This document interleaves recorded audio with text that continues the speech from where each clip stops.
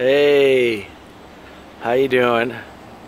So I just made my little fruit stand, and I don't know, I was looking at the internet and everything was so complicated. You had to buy wood and you had to get nail guns and saws, and I was like, man, really?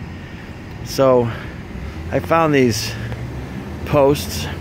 I put two 8-footers up, two 7-footers, put an angle on it. Of course, I love my filter fabric. And then all I did was run some cables, some cables. I made it loose so when the wind blows, this thing won't blow away. The sun doesn't hit the back of the house, so I don't need a back. This way it's a wind tunnel. And then I'll put my tomatoes and my food here. So this is my little stand I made. It probably took me too long because I was inventing it as I was making it. And I used bungee cords at first to see how it would look, and then I tied it up, but that's it, man.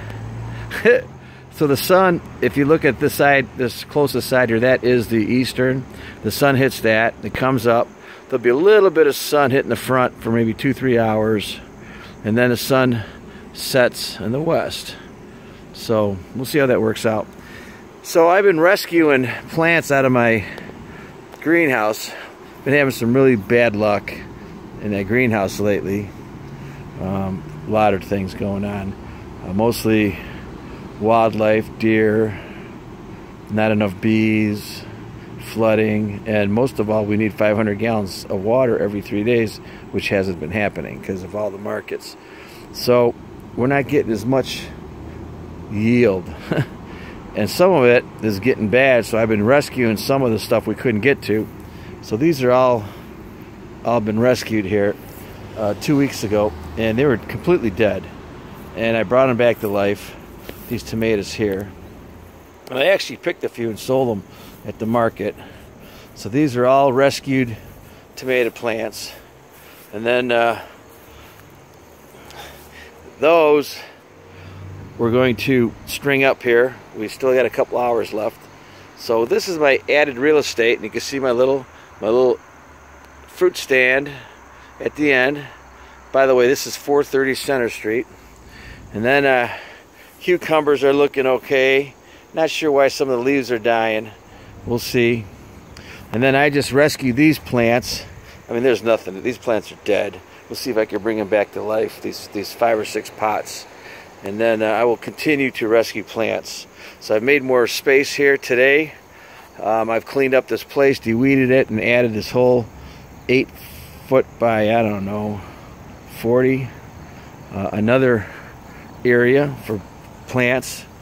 I rescued my miniature little mini eggplants, and you can see here how they were getting eaten up by moths. And you can see how the branches were being chewed off by something. I don't know what.